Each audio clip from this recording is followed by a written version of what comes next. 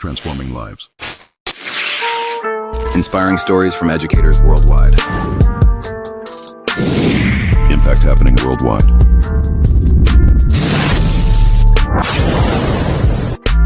Your transformation starts here. Hey everyone, I know you're here looking for Tony.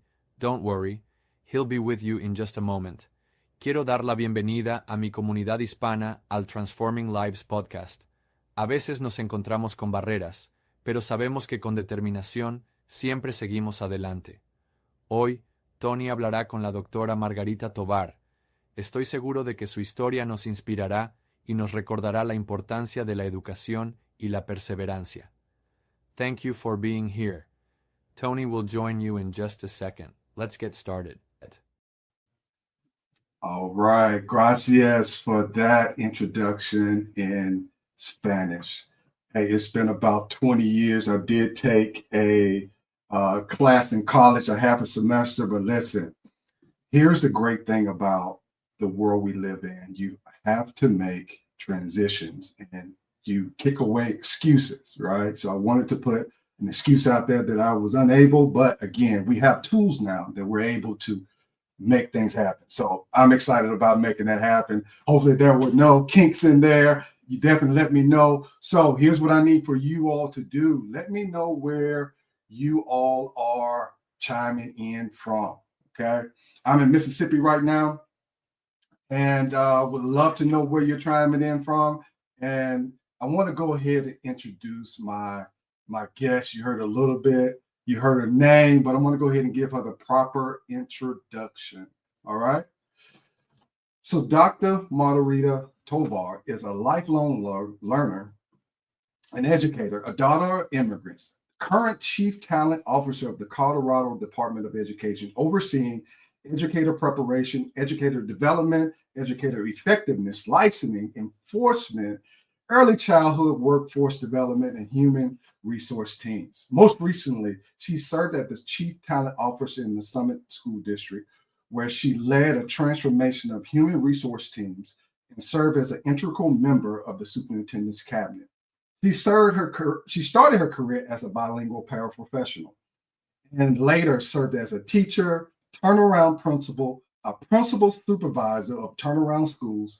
And based on her life and her professional experiences, she's worked with urgency and purpose to address the educational barriers that deter students and communities from reaching their highest potential and aspirations. God, look, if you just heard her, the introduction, you know this is going to be an excellent conversation. I'd like to welcome to the stage my guest, Dr. Marita Tovar. Buenas tardes, good evening. That introduction was absolutely fantastic. Thank you so much for adapting and transforming the way that you start your podcast to welcome our bilingual community. That was perfect. Thank you so much for having me tonight. All right, I got the okay. So I got the thumbs up. All right. So we made that happen. So usually I ask everyone, how's the weather where you are? Well, right now, so I'm in Houston, Texas currently. That's my home state. I work in Colorado, but I was born and raised in Houston. And if you know Houston, you know it's unpredictable. You can experience all 4 seasons in one day. So this morning it was cold, and this afternoon it's warm and foggy, all at the same time. So that sounds about like Mississippi. It's like, okay, I have my little long sleeves on, but you just never know what the weather's going to be at any point of the day. So thank you for sharing that. So I want to go ahead and jump into our questions, because when we even preparing for this interview, this podcast, you notice that I had to make a pivot to say, okay, am I going to get on here and be able to roll my tongue correctly and get out the proper words, right? And I said, you know what? Let me think through this process. What can I do differently that will allow viewers that would be on to hear and to make that connection? So, I want to hear your story. I want you to share your story, your personal and professional experiences, and how they shape you and how you overcame those challenges and your major successes. I know I gave you 3 parts. You work it how you feel like you want to work it. Well, thank you so much. I have to say I'm a daughter of immigrants first because that makes up my identity. It makes up who I am at the core. It shifts my values, and it also helps me determine which opportunities, as it relates to professional opportunities, I decide to embark on. My story starts in Houston, as I mentioned. My parents were immigrants that came as an opportunity under the 1984 amnesty for farmers. And so they've always instilled in me the incredible ability to work harder than anyone around you, and that every single job is a job worth doing. There is no task too small to do it to perfection and to the utmost excellence, because every opportunity is worthwhile if you're doing it for the right reasons. And so that value of hard work, determination, excellence, commitment has propelled me in ways that I never knew I could reach. I was a bilingual paraprofessional working 2 jobs. I was a bartender at night on the weekends. I was a teaching assistant during the day, going to school in the evening. And I thought that the top of my career would be to become a teacher. And that would have been longer and further than everyone in my family. And we're a large family. I have 500 cousins. There were 500 guests at my quinceañera. So that's a large family. And Right, correct. yeah, and just being a daughter of what I call educational orphans. My parents did not go beyond 6th grade. And so after 6th grade, I had no guidance at home as it relates to college, being financially able to pay for higher education. So when I became a teacher, I was lucky to find mentors that saw in me more than what I saw in myself. And they poured into me. They gave me opportunities and saw the leadership nature that I have. And I became a principal at 27. I had no business leading a campus at 27, but I got the opportunity. That same year, I lost my husband during Hurricane Harvey, and I had a choice. I could carry on this journey and this massive uptaking that I was given the opportunity to carry out, or I could step back and grieve in silence. And I decided to push through. And there have been moments in my career and my life that they become crossroads that I look back and I think, wow, life could have gone totally different for me had I chosen a different career pathway. But these moments have made me resilient and again have enabled me to go beyond my current beliefs about what I can achieve. And so that propelled me again to move to a small rural town named Corsicana, Texas, and do some turnaround transformational work there. Then I had the opportunity to come to Colorado about 3 years ago and work at the cabinet level in a human resources position. And now I work at the state for the state of Colorado, leading statewide recruitment, retention, development, licensure, all the things that you mentioned, working with stakeholders, legislators on policies and implementing them to ensure that we have the highest quality educators in our schools. And so my journey has been a long one. It's not over yet. And I am just grateful that you've given me this platform to share a little bit about it. Oh, wow. So thank you so much for sharing that. And just this time that you shared what from the beginning to this particular point, a resounding word that has been just coming up with the guests I've had on is resilience. Having resilience, this characteristic, this character trait that you have to have. And oh my goodness, from, you said 27 and a principal, and I was like, oh, but then this other part of professional part, but then you have the personal part Mhm. of having to walk through that tragic event in your life. So, my condolences. Wow, that's Thank you. yeah. I commend you for your efforts to push forward, because that's kind of an exit where you just say, hey, I'm just not going to do these things. This is because I'm feeling this. Mhm. But I definitely give you. I'm gonna see if this works right here. It didn't work, but that's okay. I'll give you the clap. Thank you. That's awesome right there. My clap tones didn't work, but that's okay. So that kind of pushes us into this whole idea of being a Hispanic leader. When I think about culture in our nation, there are different cultures, and as an educator, you should adapt. For me in Mississippi, it was, the Hispanic population um, increased a lot. So you have those, Hispanic students in classes. And it's like, it doesn't matter what background you have.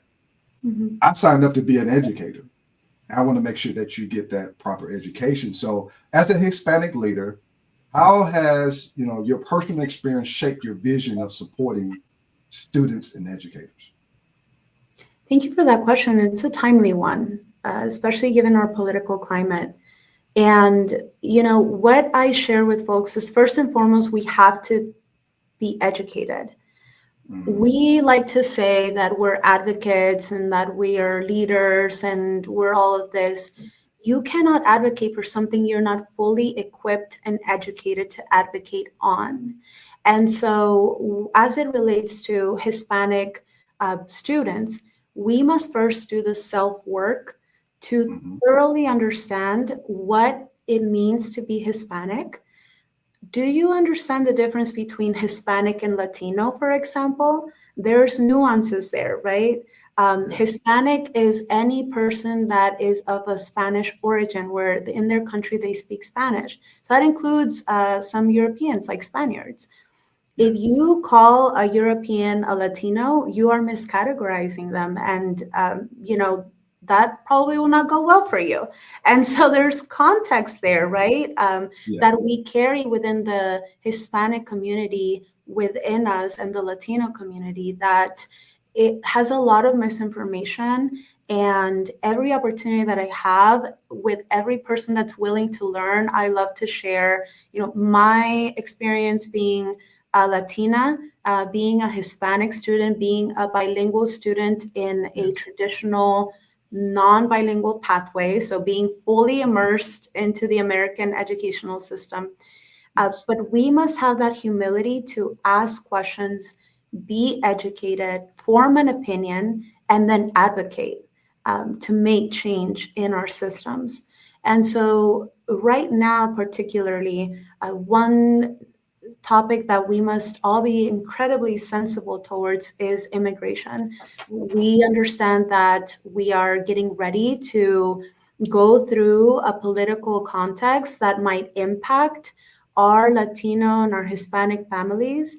And it's time that we put our heads down, read, be informed, uh, be very mindful of where you consume your media, and get educated with basic immigration concepts. For example, what percentage of your parents in your building work in factories that might experience some traumatic events coming up? That Right. is a simple fact that you can Google as a campus leader, and I know many, if not most, are doing that to prepare Yeah. for these next coming months and years. And so, this type of cultural tact and humility is really what distinguishes the good versus the great leaders, and the leaders that the communities will remember for years to come. We have to prepare ourselves to experience hard times and Mhm. people in our communities will be looking to us to see what we're doing, how we're acting, and how we're leading in these times. So again, resilience, right? I believe that while there is a narrative that we must be vulnerable as leaders, we have to be also strong. And we are given that cross to carry as a leader. It's not easy. You are the person in charge of that community. And that's something that I don't take lightly. And I know leaders don't take lightly. And we're going to need a lot of resilience right now. Oh, thank you for sharing that, because you educated me quickly on how I should address, because it's one thing about, I believe that it's important to understand the culture before you try to educate in general academically, because if you don't, you end up trying to force feed something into someone that they don't necessarily buy into. And they don't do that in marketing. And not saying that, education is marketing, but just saying, that is a facet of being an educator. You have to market this, whether it's math or whatever it might be. You have to market it in a way that it is received and they buy into it. So, thank you for giving me the distinction between of saying a Hispanic leader and Latino, right? Yeah. So I appreciate that. So now that's programmed into my brain and how I approach future conversations. So yeah. I'm glad that's helpful. And another misconception that I find often, I experienced this when I arrived at 6 years old and I was in a kindergarten classroom. There's a misconception that immigrant students come without a lack of academic foundation. Yes, some of the countries where some of the students we're receiving are in dire political tension. That doesn't mean, though, that they have not been exposed to academic concepts. When I arrived here, I knew how to read and to write by the age of 6 at a first grade level in Spanish.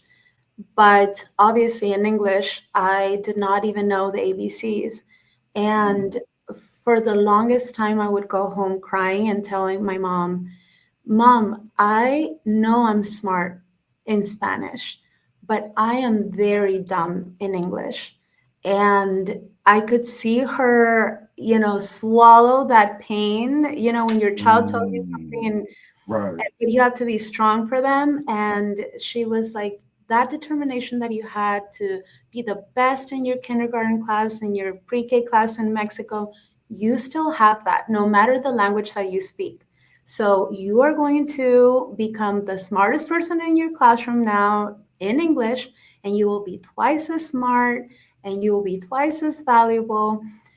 But I always have that in my mind, that experience that I had as a child, being diagnosed as, she's not on grade level. Yeah.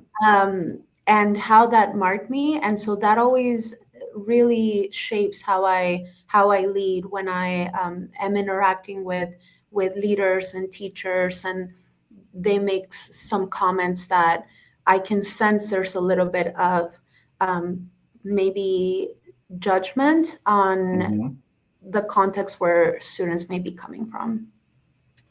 And you are doing a great job of establishing this context, because in school systems we talk about these stakeholders, right? So I think and always believe that parents are one of the most important stakeholder of the three.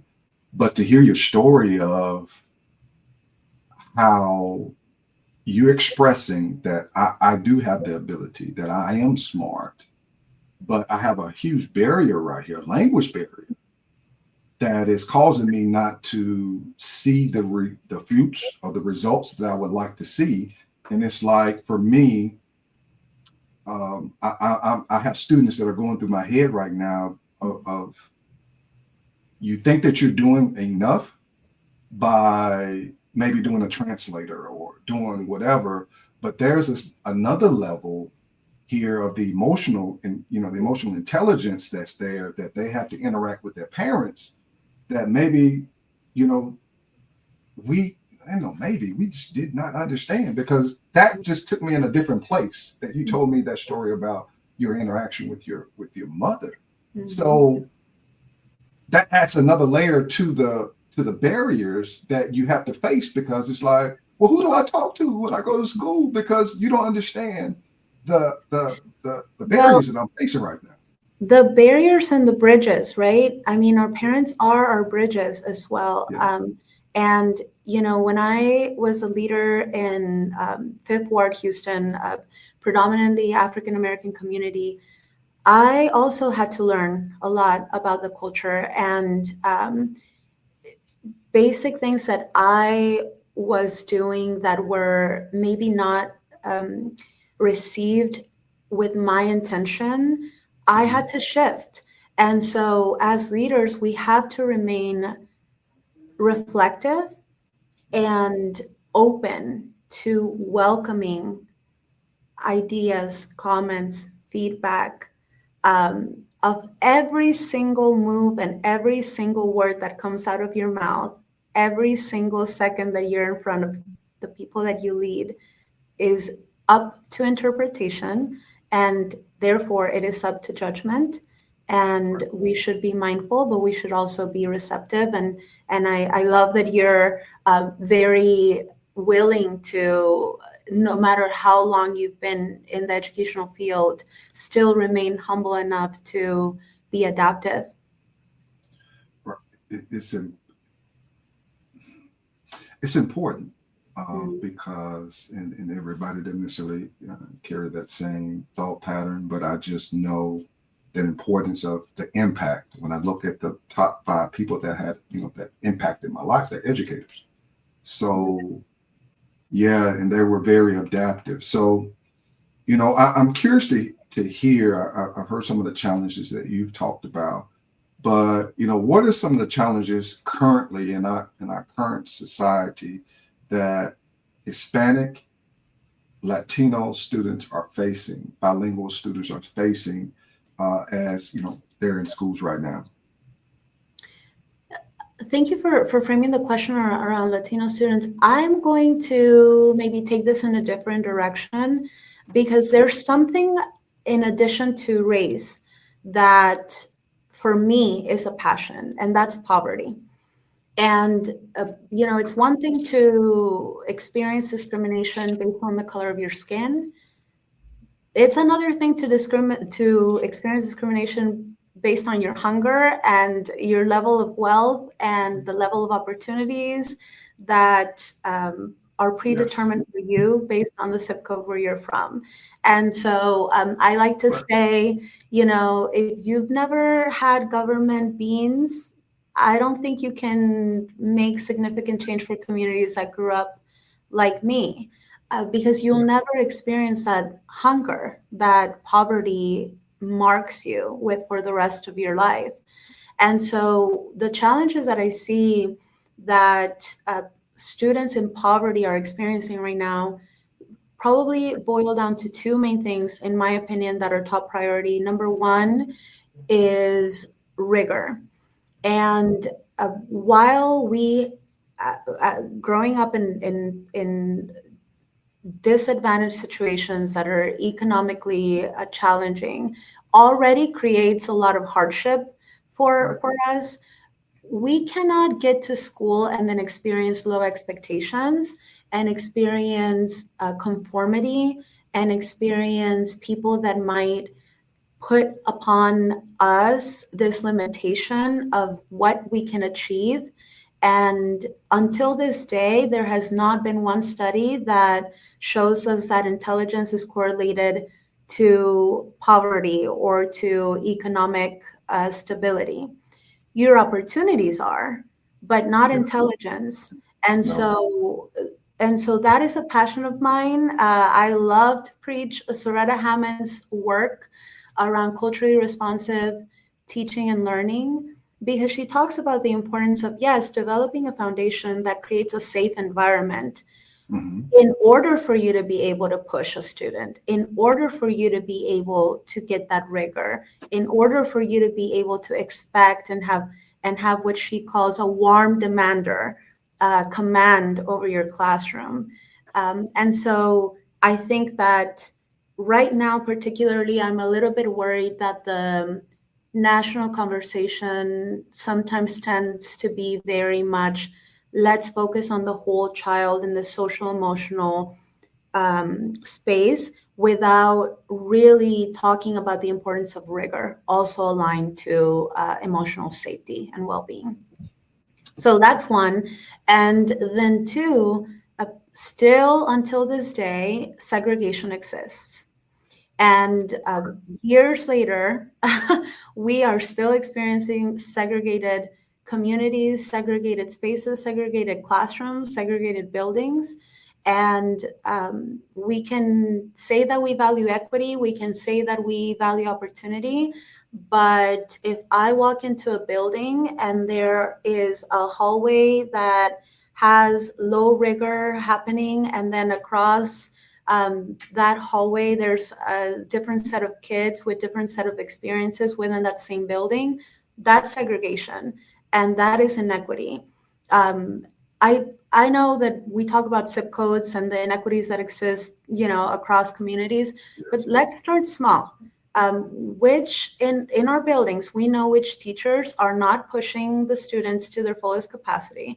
We know which teachers are pulling lesson plans out of Google or ChatGPT without vetting them through.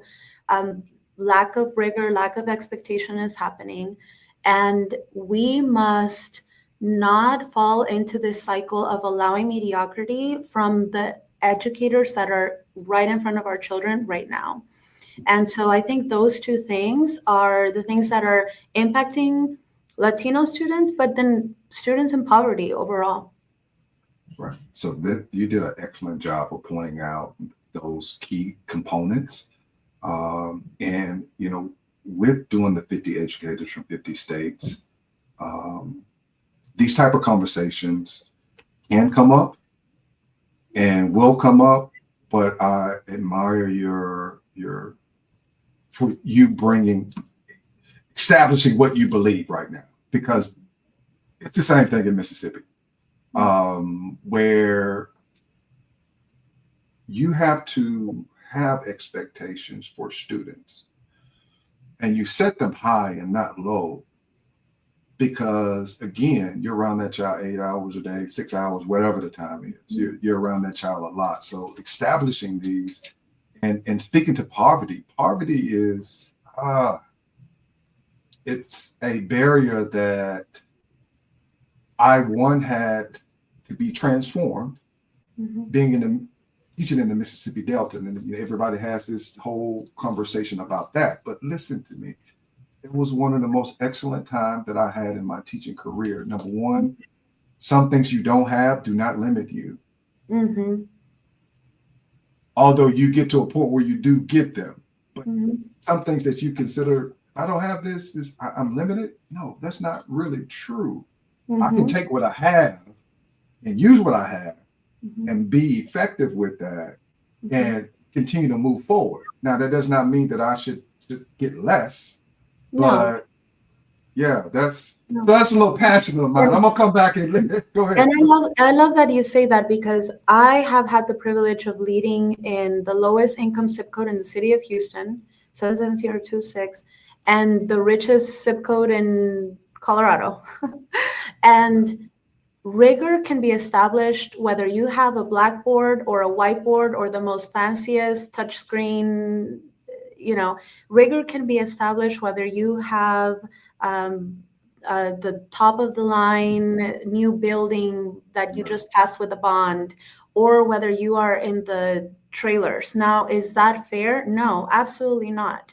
In the richest country in the world, there should not exist these inequities within our public school system.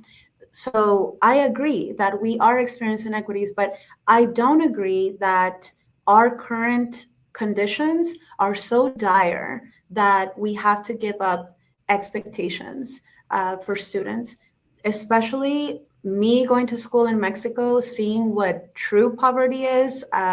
For breakfast, we had one cookie that the government gave us and one carton of milk. So when I arrived my first day in public school in America, and I got a lunch menu, and this was in Spring Branch, Houston, poor school district as well. I got a lunch menu that I could choose cereal or kolache that morning. I told my mom, this is Disneyland, right? This is what you were saying that we would find in America. So I think that having real exposure to dire conditions and then having this opportunity to lead in some of the wealthiest areas in Colorado, I think that has solidified the idea that no matter how much money we throw at the problem, it doesn't take care of the core needs that a child needs from their educator.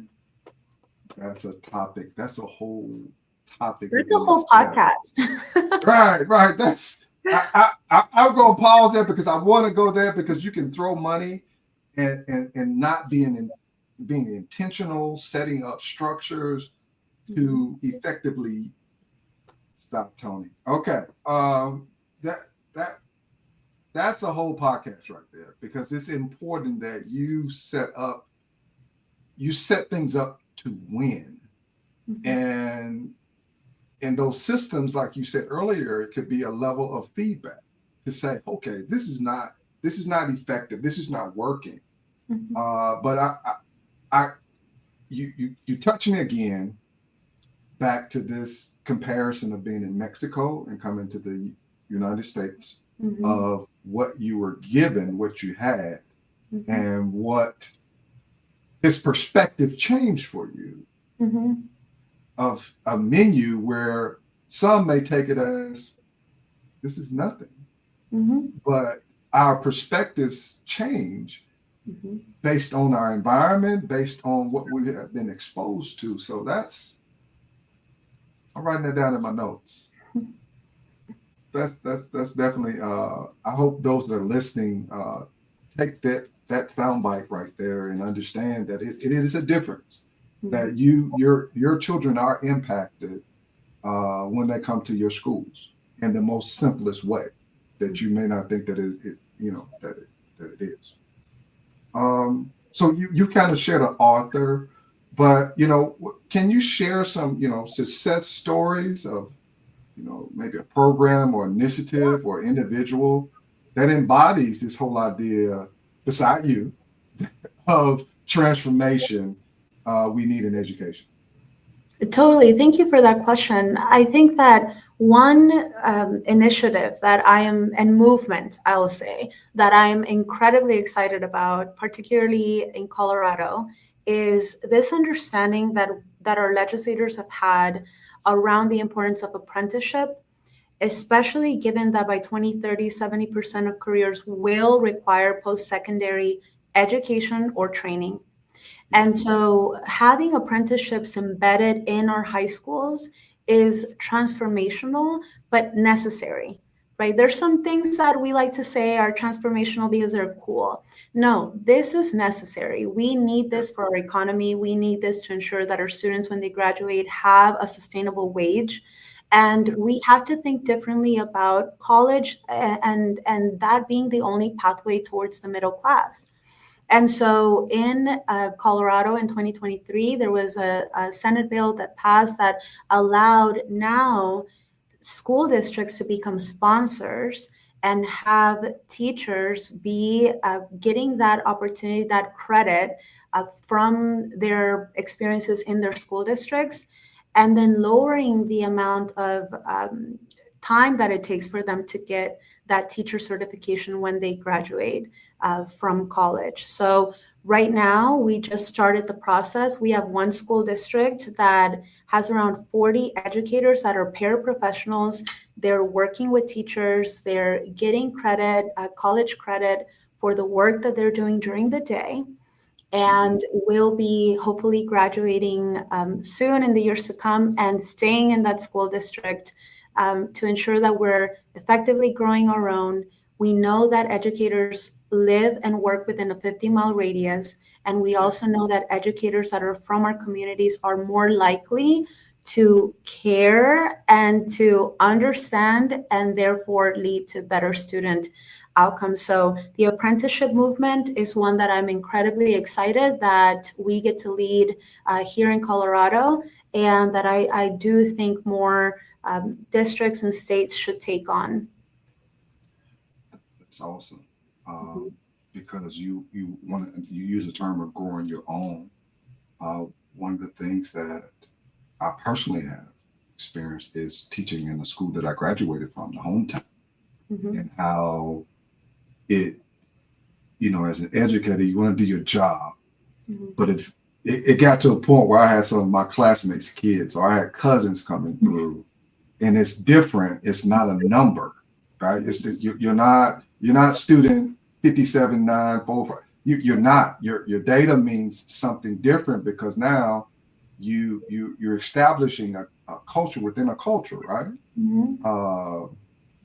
So yeah, it's good to hear that. That is, I'm sure it's going to have a positive impact on the school, the community, and just the future of education in Colorado. Absolutely. Yeah. So you got me all inspired. I'm definitely going to go check that out. That's worth doing some homework on right there, to find out what's happening there, because I've noticed that in Mississippi, a lot of the communities, several of the communities where they, you have those that go off and they come back to their communities and teach in that school, and it's like, yeah, it's different. And I was a paraprofessional, as I mentioned. I was working during the day, going to school at night, bartending on the weekends. And I wish that those hours that I put in towards my paraprofessional job counted for more than just the paycheck that I got, right? That would have reduced the stress that I had those 5 years. It took me 5 years to graduate from college, because the workload was so heavy.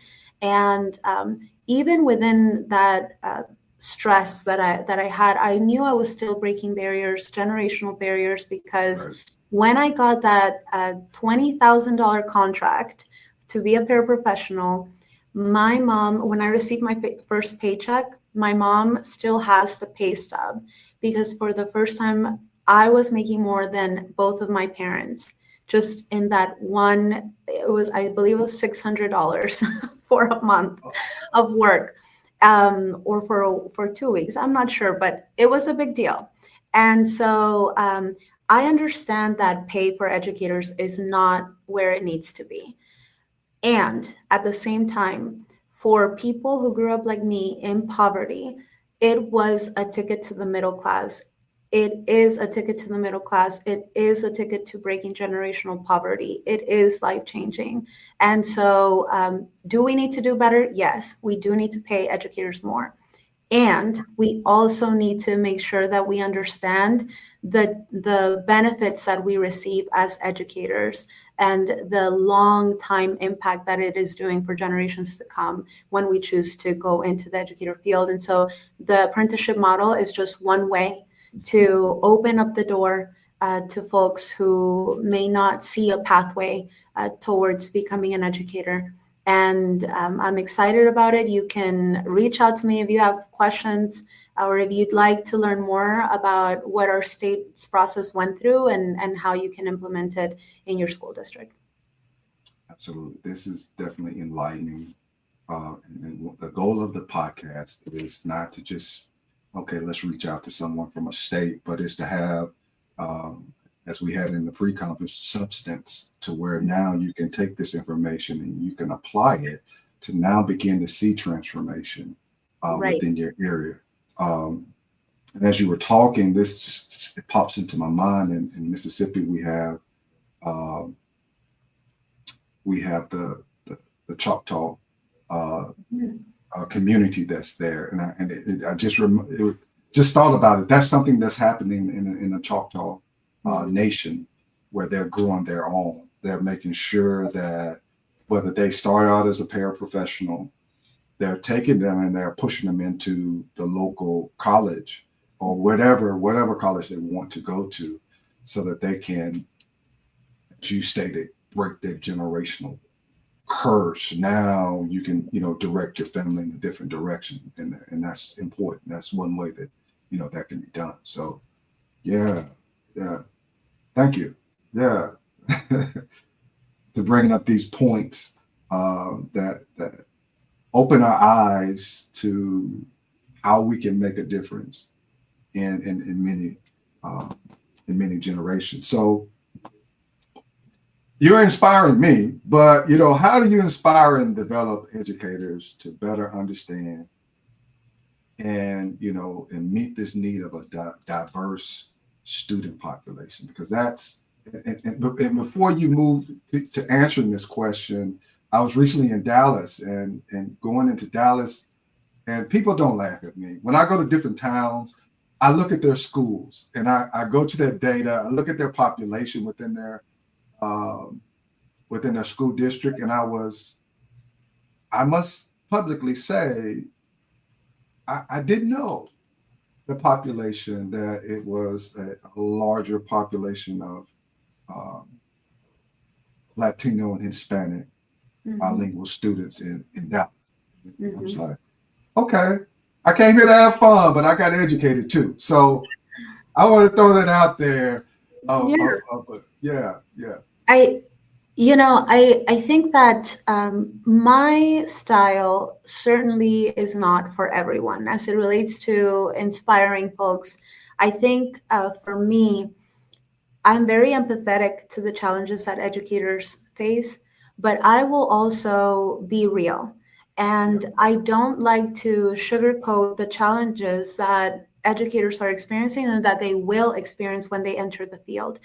And I think more people need to be transparent in that way, because inspiration can only get you so far. And then you need resilience, and then you need grit, and then you need determination, and you need consistency, and you need commitment. And so I can only inspire you to look within yourself and really question, is this the right move for me?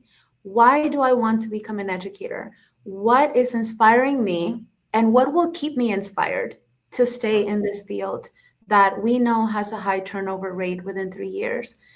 Likewise, I like to challenge educators and leaders, particularly, to create the conditions in their buildings that will enable educators to feel safe, to feel that they're being advocated for, to feel that they can stay in the career. When we have in Colorado, for example, our teaching and learning conditions survey, which is conducted statewide biannually, we see the trends that educators share are the major concerns. And they come up to time. I need time to do the basic requirements that my job description asks of me, which is grading, lesson planning, and giving feedback to students. And then two, it's leadership. I want to feel valued. I want to feel cared for. I want to feel encouraged. I want to feel pushed. And at the end of the day, if I don't have a good leader, I don't have to tolerate this work, especially after COVID, when we found our biggest competitors in the remote environment for educators, right? And we're losing folks to these private companies that provide more flexibility to our educators. So I like to challenge, yes, educators to look within and reflect and see if this is a field that they are interested in, but then most importantly, our leaders. How are we ensuring that we're creating the conditions that will lead to a great educator workforce? And I think we need to do more education around AI and how that could enable our educators' conditions to reduce the workload and the tasks that, quite frankly, could be automated. And so I like to be, yes, inspirational, but then also with a dash of like reality check. And yeah, I hope I inspire people, but maybe I need to work harder at that, and sometimes. And here's why I'm shaking my head. because no, you don't need to work them.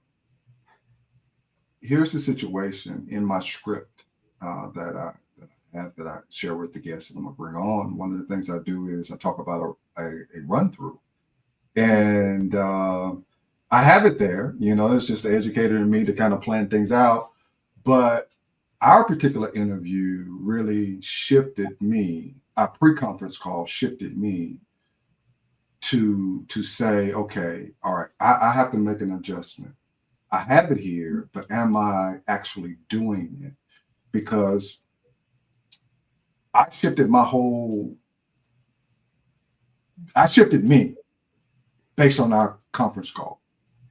And that's the part that I think I'm like, okay, I got to do this a little bit more. So it's past being inspired, but I'm saying to you publicly in front of everybody, the YouTube audience and everybody, that continue being you, because what it did for me was to say, this conversation could have been totally different if we didn't have a pre-conference call. Thank you. That I don't want to say vibe, because that's not necessarily the thing. Your personality and who you are, you have to value that to have an authentic conversation. And I think that goes along with what's been said today, that you've kind of advocated about today, about just, it's not about just the thing, it's more components of it. No, I appreciate that. Thank you for seeing me for who I am. And again, like for allowing me the space to join you in this conversation. And I think that is, when you ask, how can we, or what advice we have for folks that want to become educators or join this field or even go into leadership. I love to say that leadership doesn't define you, it reveals you. It reveals who you are at your core. And so we have to do a lot of self-work and acceptance, right? Especially when we have expectations from stakeholders of how they want us to be as educators and leaders. And we have to be okay with not fitting into every single space, but bringing your whole identity, bringing your entire self and being into a space and ensuring that at the end of the day, folks may not like what you say, but they will respect the fact that you are true to your identity and that you are transparent. And I think that's part of being transformational, is being transparent. So again, I'm very glad that we had this opportunity to meet each other. And I'm excited to continue to see the rest of the educators that come on your podcast. Thank you very much. I'm going to give you, if you want, it's up to you, I'll give you the last, we call it a 2-minute warning where you got the platform. I really feel like you kind of did it there. Just kind of let me know. And then after that, I will close things out. And again, I usually ask the guests, 3 minutes afterwards, and we'll shut this down. So. Well, thank you, everyone, for taking your time to join into the conversation, listening in. I would love to hear your thoughts about the conversation that we had, the ideas that were shared back and forth.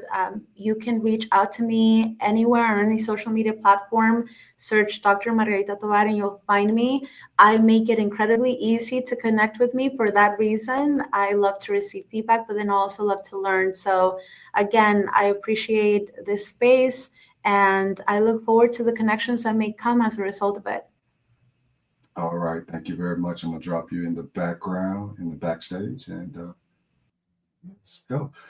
All right, guys. So I thoroughly enjoyed this conversation, because when you talk about having candid conversations, that it's not about, we want to see, have these bed of roses, but true transformation is a metamorphosis. That's what transformation is, a metamorphosis. One, it starts at point A and it goes to point W in many cases. So having this conversation, I can say that I have been educated, and being educated means that I will do things and say things differently now, so that we're able to take on this task of educating all students. So again, guys, thank you so much for tuning in. Have a great one. We're out.